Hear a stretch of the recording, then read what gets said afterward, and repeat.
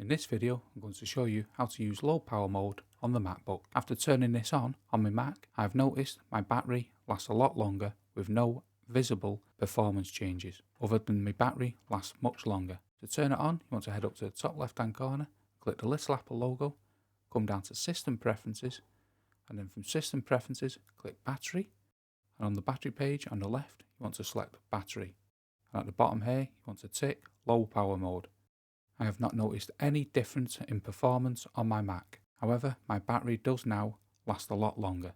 You can actually see if you have low power mode already turned on by clicking the battery, and as you can see here, low power mode on. This indicates the low power mode is on. And that is how to turn low power mode on the Mac. Have you turned low power mode on your MacBook on? If you have, let us know in the comments below if your battery's lasted a lot longer and if you've seen any negative effects on your performance. I hope this video was helpful, and if it was, please hit the like button below and check out this next quick Mac tip, and thank you for watching.